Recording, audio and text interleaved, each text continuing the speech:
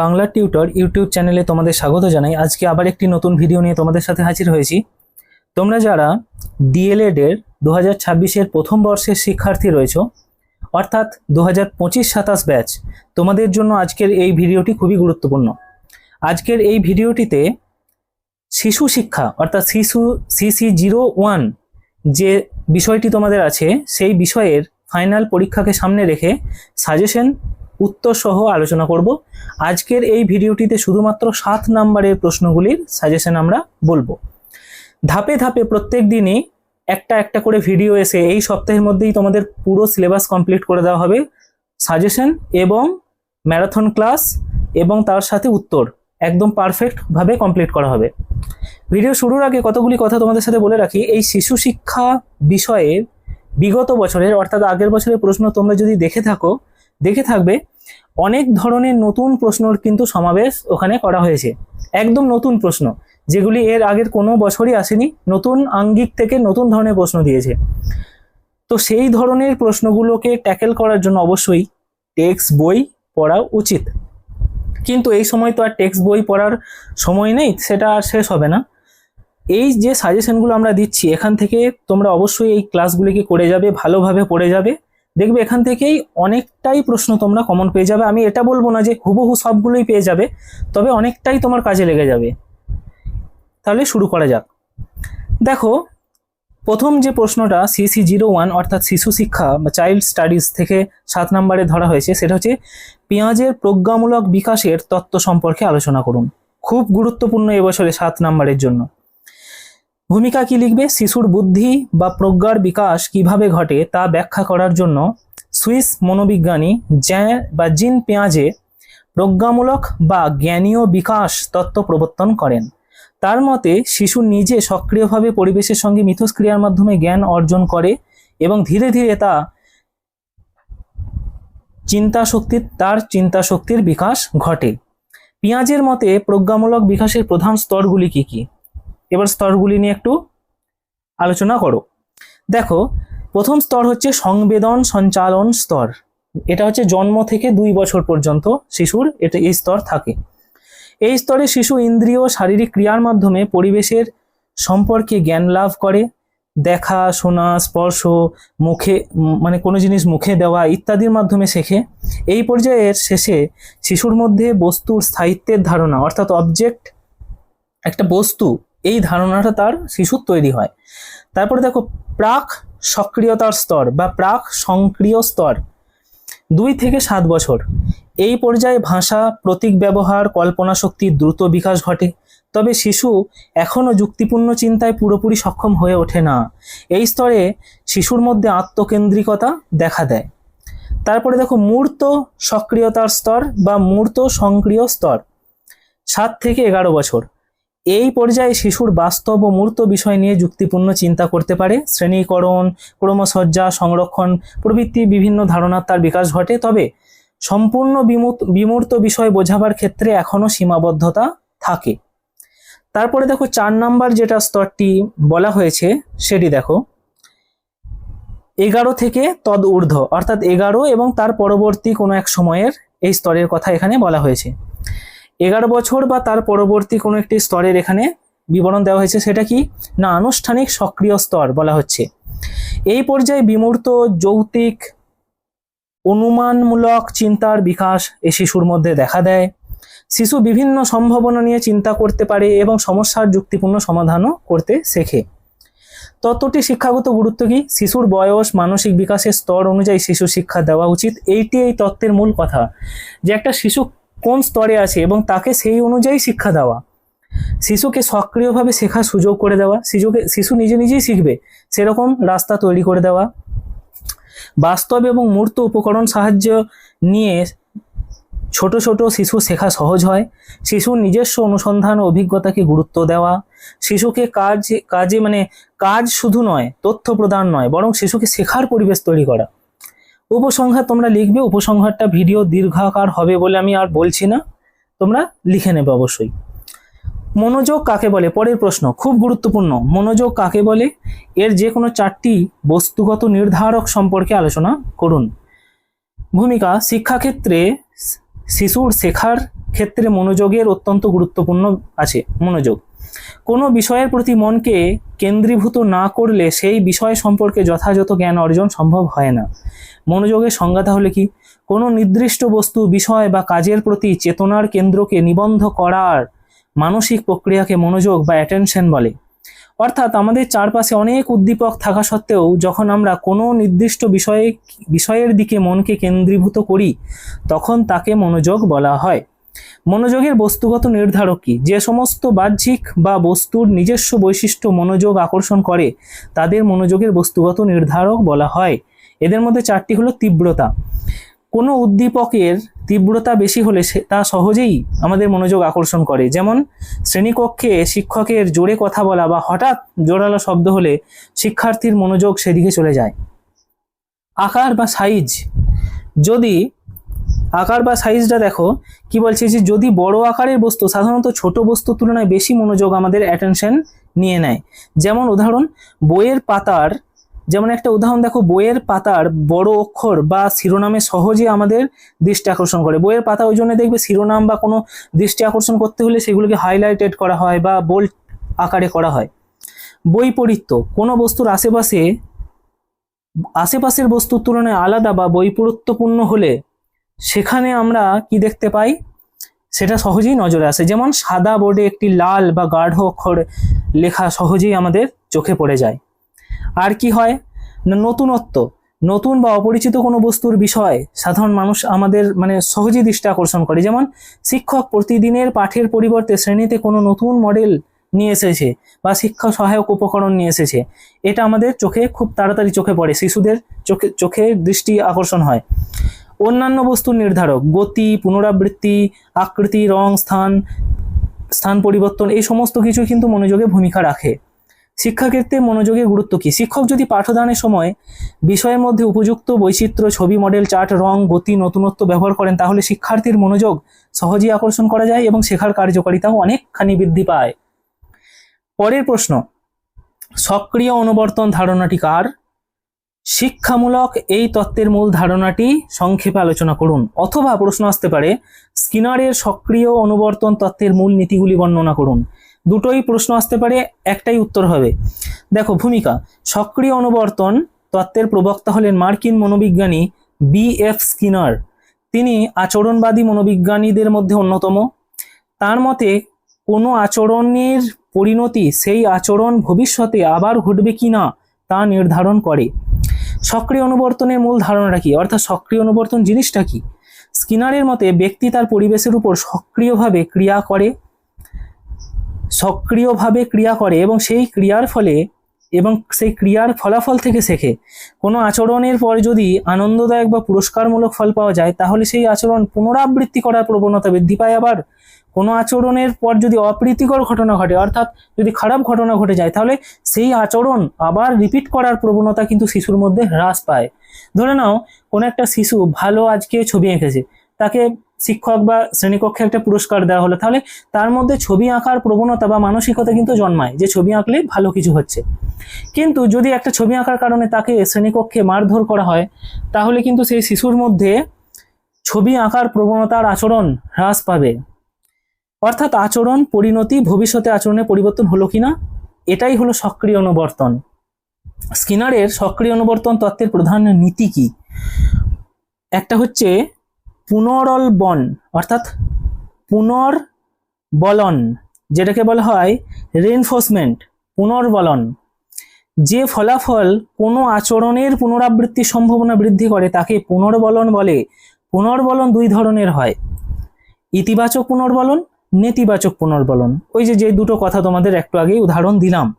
পুরস্কার, কোনো কাঙ্ক্ষিত আচরণের পর পুরস্কার দিলে সেই আচরণ পুনরায় করার প্রবণতা অনেকখানি বেড়ে যায়। যেমন ভালো উত্তর দিলে শিক্ষার্থীকে যদি প্রশংসা করে তাহলে সেই শিক্ষার্থীর মধ্যে পরের বার উত্তর দেওয়ার প্রবণতা কিন্তু বেড়ে যায়।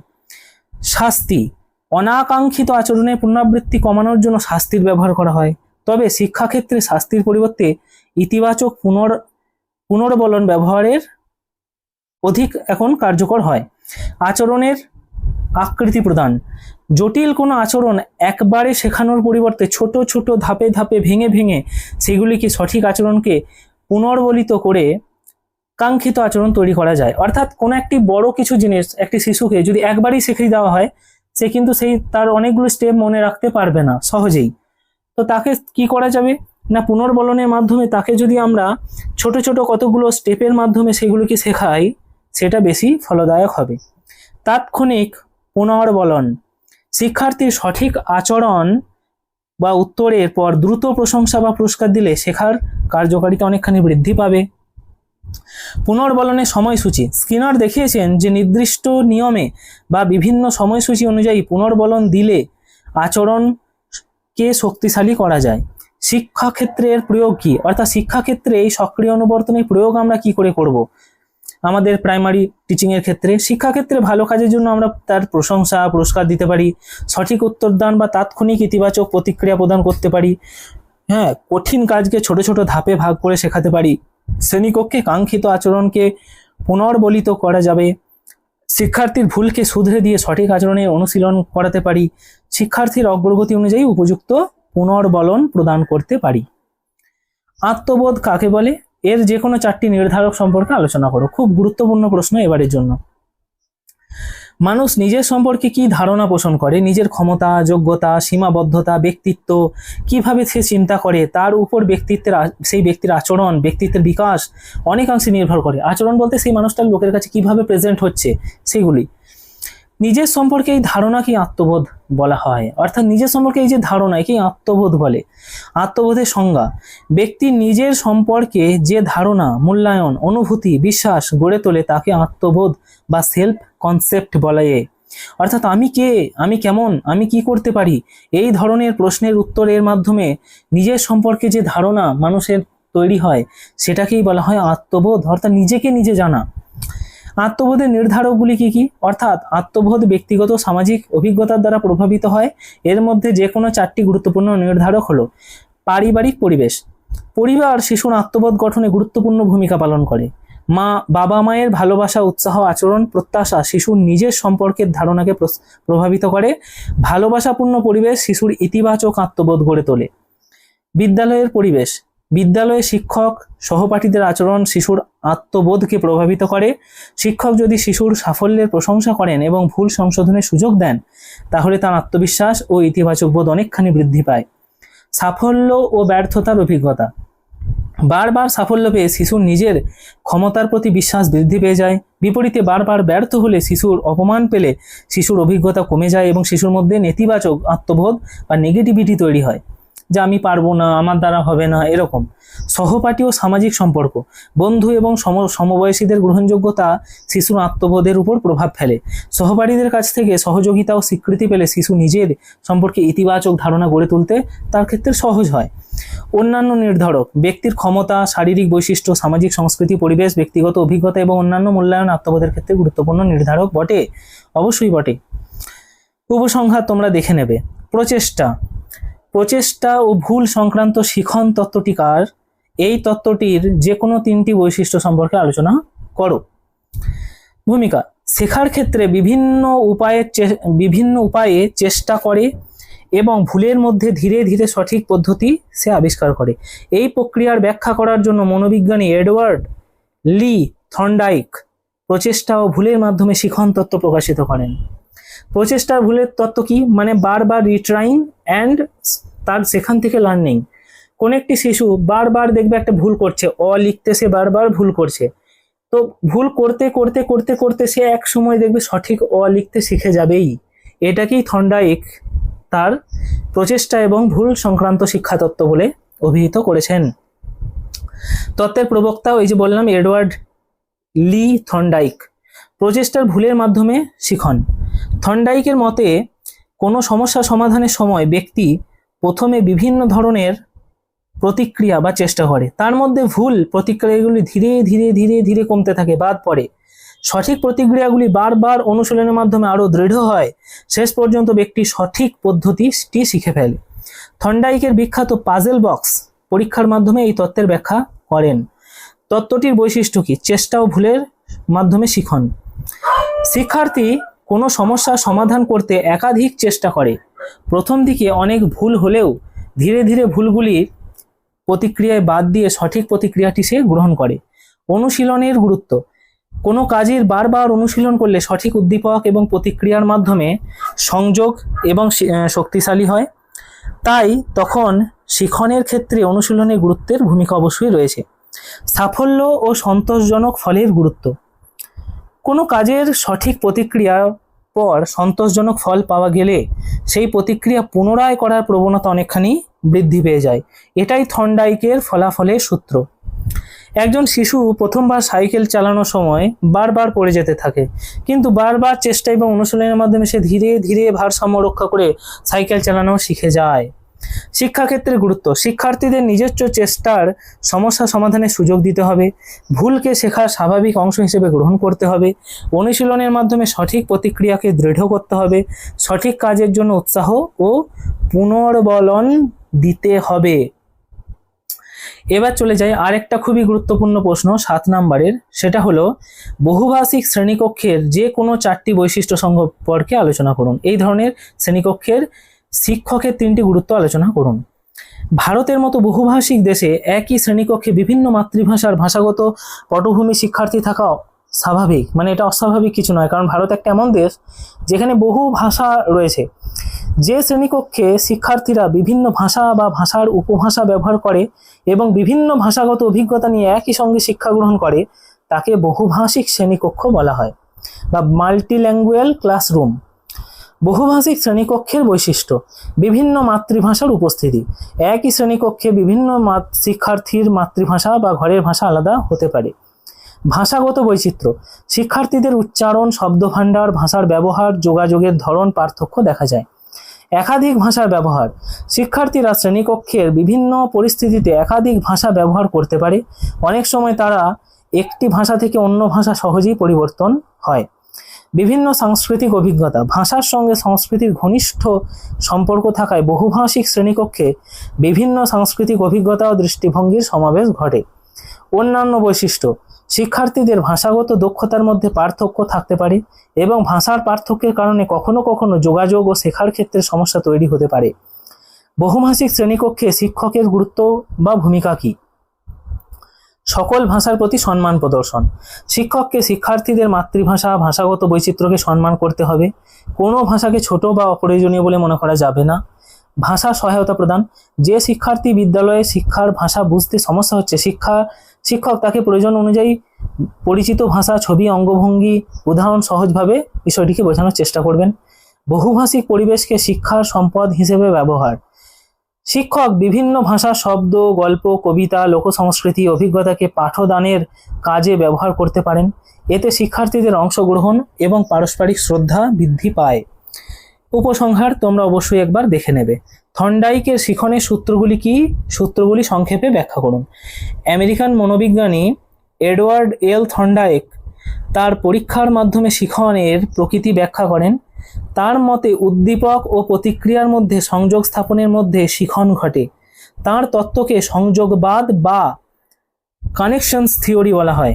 থর্নডাইক তার শিখন তত্ত্বে কয়েকটি সূত্রের কথা বলেছেন। এর মধ্যে প্রধান 3টি সূত্র। একটা হচ্ছে প্রস্তুতির সূত্র বা ল অফ রেডিয়েন্স। যখন কোনো ব্যক্তি কোনো কাজ শেখার জন্য মানসিক ও শারীরিকভাবে প্রস্তুত হন, তখন সেই কাজ করতে তার আনন্দ হয় এবং শিখন কার্যকর হয়। কিন্তু প্রস্তুত না থাকা অবস্থায় তাকে কাজ করতে বাধ্য করলে বিরক্ত বা অসন্তোষ সৃষ্টি হয়। কোনো শিশু যখন পড়তে শেখার জন্য মানসিকভাবে প্রস্তুত, তখন তাকেই পড়ানো সেটা শেখার সহজ। শিক্ষাক্ষেত্রের প্রয়োগ না, শিক্ষার্থীর বয়স, আগ্রহ, মানসিক প্রস্তুতি, পূর্ব জ্ঞান বিবেচনা করে শিক্ষার্থীর শিক্ষাদান করা উচিত। অনুশীলনের সূত্র, ল অফ এক্সারসাইজ। কোনো উদ্দীপক ও প্রতিক্রিয়ার মাধ্যমে সংযোগ বারবার অনুশীলন করলে শক্তিশালী হয় এবং অনুশীলনের অভাবে সেই সংযোগ কিন্তু দুর্বল হয়ে যেতে পারে। এই সূত্রটি দুটি দিক, এটা হচ্ছে ব্যবহারের সূত্র বা অব্যবহারের সূত্র। Law of use, law of disuse যেটা বলবে, কোনো কাজ বারবার করলে সংশ্লিষ্ট সংযোগ শক্তিশালী হয়, কোনো কাজ দীর্ঘদিন না করলে সংশ্লিষ্ট সংযোগ দুর্বল হয়ে যায়। নিয়মিত অঙ্ক অনুশীলন করলে অঙ্ক করার দক্ষতা বৃদ্ধি পেয়ে যায়। যেমন একটা উদাহরণ, ফলাফলের সূত্র বা ল অফ এফেক্টস। কোনো কাজের পর যদি সুখকর বা সন্তোষজনক ফল পাওয়া যায়, তাহলে সেই কাজ সঙ্গে সংশ্লিষ্ট উদ্দীপকের প্রতিক্রিয়ার সংযোগ শক্তি তৈরি হয়, আর অসন্তোষজনক ফলে সেই সংযোগ দুর্বল হয়ে যায়। কোনো শিক্ষার্থী সঠিক উত্তর দেওয়ার পর শিক্ষক প্রশংসা করলে সে ভবিষ্যতে আরও আগ্রহ নিয়ে উত্তর দেওয়ার চেষ্টা করবে। শিক্ষাক্ষেত্রে থর্নডাইকের সূত্রগুলি গুরুত্ব। শিক্ষাক্ষেত্রে মানসিক প্রস্তুতি বিবেচনা করে পাঠদান করা, শিক্ষার্থীদের পর্যাপ্ত অনুশীলনের সুযোগ দেওয়া, সঠিক কাজের জন্য প্রশংসা এবং উৎসাহ প্রদান করা, শিক্ষার্থীর ভুলকে সংশোধন করে পুনরায় অনুশীলনের সুযোগ দেওয়া, শিশুর আগ্রহ এবং সক্রিয় অংশগ্রহণকে গুরুত্ব দেওয়া। প্রাচীন অনুবর্তন তত্ত্বের বৈশিষ্ট্যগুলি সংক্ষেপে আলোচনা করুন। এটা খুবই গুরুত্বপূর্ণ প্রশ্ন। রাশিয়ান শরীরতত্ত্ববিদ ইভান প্যাভলভের সূত্র দেখবে তোমরা পড়ে থাকবে। একটি পরীক্ষার উপর ভিত্তি করে প্রাচীন অনুবর্তন বা ক্লাসিক্যাল কোঅর্ডিনেশন থিওরি গড়ে ওঠে। প্যাভলভ কুকুরের উপর পরীক্ষা করে দেখান যে একটি স্বাভাবিক প্রতিক্রিয়াকে একটি পরীক্ষা বা উদ্দীপকের সঙ্গে বারবার যুক্ত করলে পরবর্তীকালে সেই নিরপেক্ষ উদ্দীপকও একটি প্রতিক্রিয়া সৃষ্টি করতে পারে। প্রাচীন অনুবর্তন তত্ত্বের প্রধান বৈশিষ্ট্যগুলি কি কি? না, উদ্দীপক ও প্রতিক্রিয়ার মধ্যে সম্পর্ক। এই তত্ত্বে উদ্দীপক এবং প্রতিক্রিয়ার মধ্যে সম্পর্ক স্থাপনের মাধ্যমে শিখন ঘটে। স্বাভাবিক বা অনুবর্তিত উদ্দীপক, যে উদ্দীপক কোনো পূর্ব শিক্ষণ ছাড়াই স্বাভাবিকভাবে প্রতিক্রিয়া সৃষ্টি করে তাকে স্বাভাবিক উদ্দীপক বলা হয়। যেমন খাবার দেখে কুকুরের লালাক্ষরণ। স্বাভাবিক প্রতিক্রিয়া, স্বাভাবিক উদ্দীপকের ফলে যে স্বাভাবিক প্রতিক্রিয়া সৃষ্টি হয় তাকে বলা হয় আনকন্ডিশনড রেসপন্স। যেমন খাবারের ফলে কুকুরের লালাক্ষরণ। নিরপেক্ষ উদ্দীপক, প্রাথমিকভাবে যে উদ্দীপক কোনো নির্দিষ্ট স্বাভাবিক প্রতিক্রিয়া সৃষ্টি করে না তাকে নিরপেক্ষ উদ্দীপক বলা হয়। প্যাভলভের পরীক্ষায় ঘন্টার শব্দ প্রথমে এমন একটি উদ্দীপক ছিল।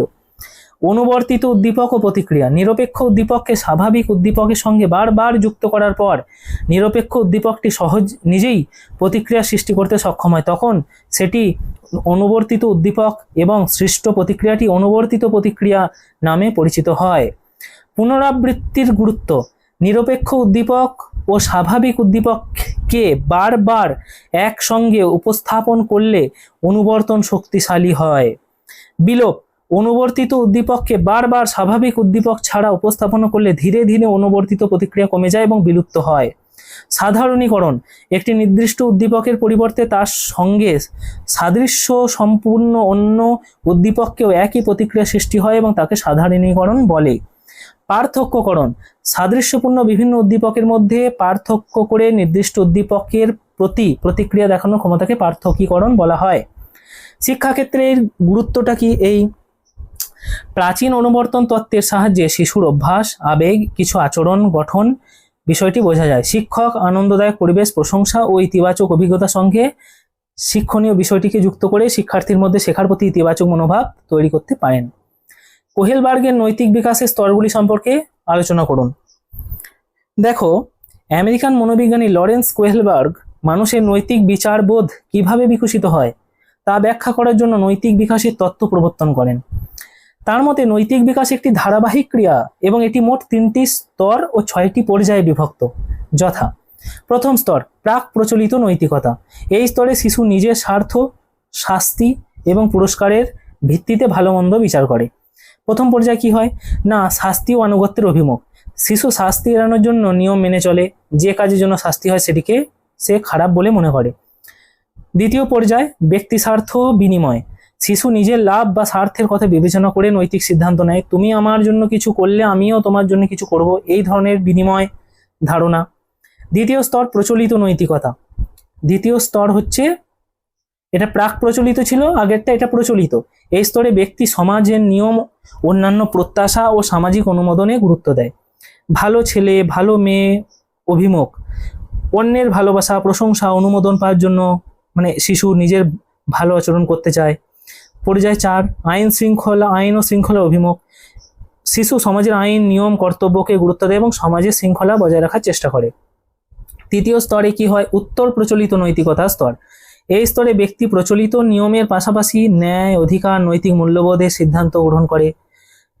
5 নম্বর, সামাজিক চুক্তি ও ব্যক্তিগত অধিকার। ব্যক্তি মনে করে যে আইন মানুষের কল্যাণের জন্য তৈরি এবং প্রয়োজনে বৃহত্তর স্বার্থে আইন পরিবর্তন করা যেতে পারে। 6 নম্বর, সার্বজনীন নৈতিক নীতি। ব্যক্তি ন্যায়, সত্য, সমতা, মানব এবং মানসিকতা এবং সার্বজনীন নৈতিক নীতির ভিত্তিতে সিদ্ধান্ত গ্রহণ করে থাকে। এগুলো হচ্ছে কোহেলবার্গের নৈতিক বিকাশের স্তরগুলি। এগুলো হচ্ছে স্তর, ঠিক আছে। শিশু সামাজিকীকরণ প্রক্রিয়ার বিভিন্ন উপাদানগুলি সংক্ষেপে আলোচনা করুন। শিশু জন্মের পর থেকেই সমাজের বিভিন্ন ব্যক্তি, প্রতিষ্ঠান এবং পরিবেশের সঙ্গে সম্পর্ক স্থাপন করে। এই প্রক্রিয়ার মাধ্যমে শিশু সমাজের ভাষা, রীতিনীতি, মূল্যবোধ, নিয়মকানুন, আচরণ শেখে। এই প্রক্রিয়াকে সামাজিকীকরণ বা সোশ্যালাইজেশন বলা হয়। শিশু সামাজিকীকরণ প্রক্রিয়ার প্রধান উপাদান কি কি? পরিবার। প্রথম উপাদান যেটা পরিবার শিশু সামাজিকীকরণের প্রথম এবং প্রধান প্রতিষ্ঠান বা উপাদান। পরিবার থেকে শিশু ভাষা, শিষ্টাচার, ভালো মন্দ বোধ, মূল্যবোধ, নিয়ম কানুন এগুলো শেখে। পরস্পরের সম্পর্কে প্রাথমিক শিক্ষা নেয়। বিদ্যালয় শিশুকে নিয়ম, শৃঙ্খল, সহযোগিতা, দায়িত্ববোধ, নেতৃত্ব এবং সামাজিক আচরণ ইত্যাদি শেখায়। অর্থাৎ বিদ্যালয় হচ্ছে শিশু সামাজিকীকরণের দ্বিতীয় একটি উপাদান। সমবায়ী দল বা বন্ধুদের সঙ্গে খেলাধুলা, মেলামেশার মাধ্যমে শিশু সহযোগিতা, প্রতিযোগিতা, ভাগ করে নেওয়া প্রভৃতি এই যে সমন্বয় শেখে। পাড়া ও বৃহত্তর সমাজ। পাড়া, প্রতিবেশী এবং সামাজিক পরিবেশগুলির মাধ্যমে শিশু বিভিন্ন সামাজিক রীতিনীতি, উৎসব, প্রথা এইসব সম্পর্কে আচার ব্যবহার শেখে। গণমাধ্যম, টেলিভিশন, সংবাদপত্র, ইন্টারনেট, সামাজিক মাধ্যম প্রভৃতি শিশুর চিন্তাভাবনা, ভাষা, আচরণের উপর প্রভাব ফেলে। এগুলি ইতিবাচক ও নেতিবাচক দুই ধরনের প্রভাবই পড়তে পারে। ধর্মীয় সাংস্কৃতিক প্রতিষ্ঠানের প্রভাব। ধর্মীয় এবং সাংস্কৃতিক পরিবেশ শিশুর মধ্যে নৈতিক মূল্যবোধ, ঐতিহ্য এবং সাংস্কৃতিক ও সামাজিক দায়িত্ববোধ গড়ে তুলতে সাহায্য করে। রাষ্ট্র ও সামাজিক প্রতিষ্ঠান। রাষ্ট্রের আইন, নিয়ম, শিক্ষা ব্যবস্থা, বিভিন্ন সামাজিক প্রতিষ্ঠান শিশুকে নাগরিকত্ব বোধের অধিকার ও কর্তব্য সম্পর্কে ধারণা দেয়। প্রক্ষোভ কাকে বলে? এর স্তরগুলি উল্লেখপূর্বক সংক্ষেপে আলোচনা করুন। প্রক্ষোভ কাকে বলা হয়? মানুষের জীবন, আনন্দ, দুঃখ এবং রাগ, ভালোবাসা, ঘৃণা ইত্যাদি বিভিন্ন ধরনের আবেগীয় অভিজ্ঞতা দেখা যায়। এই আবেগীয় প্রতিক্রিয়ার প্রকাশকে মনোবিজ্ঞানে প্রক্ষোভ বলা হয়। প্রক্ষোভের সংজ্ঞা: কোনো ব্যক্তি, বস্তু বা পরিস্থিতির দ্বারা উদ্দীপিত হয়ে ব্যক্তির মধ্যে যে তীব্র সাময়িক আবেগীয় পরিবর্তন এবং তা শারীরিক ও মানসিক প্রকাশ ঘটে তাকেই বলা হয় প্রক্ষোভ বা ইমোশন। যেমন বিপদে পড়লে ভয় পাওয়া, প্রিয়জনকে দেখলে আনন্দিত হওয়া, অন্যায় হলে রাগ হওয়া, এরকম। প্রক্ষোভের স্তর। প্রক্ষোভের বিকাশের সাধারণ কয়েকটি স্তর আছে, যেমন সাধারণ উত্তেজনা স্তর। জীবনের প্রথম দিকে শিশুর প্রক্ষোভ খুবই সাধারণ এবং অস্পষ্ট প্রকৃতির হয়। ক্ষুধা, অস্বস্তি, ব্যথা ইত্যাদির কারণে শিশু কান্নাকাটি করে, অস্থির বোধ করে এবং তার আবেগকে সে প্রকাশ করে। নির্দিষ্ট প্রক্ষোভের স্তর। নির্দিষ্ট প্রক্ষোভের স্তর এটা কি না? শিশুর বয়স বাড়ার সঙ্গে সঙ্গে বিভিন্ন নির্দিষ্ট প্রক্ষোভ প্রকাশ পায়, যেমন ভয়, রাগ, আনন্দ, দুঃখ ধীরে ধীরে পৃথকভাবে প্রকাশ পেতে থাকে। সামাজিক স্তর। সামাজিক প্রক্ষোভের স্তর। শিশু যখন অন্য মানুষের সঙ্গে এবার সম্পর্ক স্থাপন করতে শেখে তখন ভালোবাসা, সহানুভূতি, ঈর্ষা, লজ্জা, গর্ব এই সামাজিক যে প্রক্ষোভগুলি সে শিখে যায়। নিয়ন্ত্রিত বা পরিণত প্রক্ষোভের স্তর। বয়স এবং অভিজ্ঞতা বৃদ্ধির সাথে সাথে ব্যক্তির নিজের আবেগ নিয়ন্ত্রণ করতে শেখে। সামাজিক নিয়ম, পরিস্থিতি অনুযায়ী রাগ, দুঃখ, আনন্দ ইত্যাদি প্রকাশ সে ক্ষমতা অর্জন করে। প্রক্ষোভের শিক্ষাগত গুরুত্ব কি? ইমোশন বা প্রক্ষোভ। শিশুর প্রক্ষোভ বোঝা শিক্ষকের জন্য অত্যন্ত গুরুত্বপূর্ণ। ভয় এবং অতিরিক্ত শাস্তির পরিবেশ শিশুর ক্ষেত্রে নেতিবাচক প্রভাব ফেলতে পারে। আনন্দময় এবং নিরাপদ পরিবেশে শিশু শেখার আগ্রহ সব থেকে বৃদ্ধি পায়। শিক্ষকের উচিত শিশুর আবেগকে সম্মান করা এবং প্রয়োজনীয় উপযুক্ত নির্দেশ দেওয়া। আবেগ নিয়ন্ত্রিত এবং সামাজিকভাবে গ্রহণযোগ্য থাকলে আবেগ প্রকাশ করার জন্য শিশুর ব্যক্তিত্ব বিকাশে সাহায্য করে। CC01 এর প্রশ্ন 7 নম্বরের এই পর্যন্তই। এইগুলো কি ভালোভাবে অবশ্যই দেখে যাবে। যদি ভিডিও ভালো লাগে অবশ্যই লাইক করবে।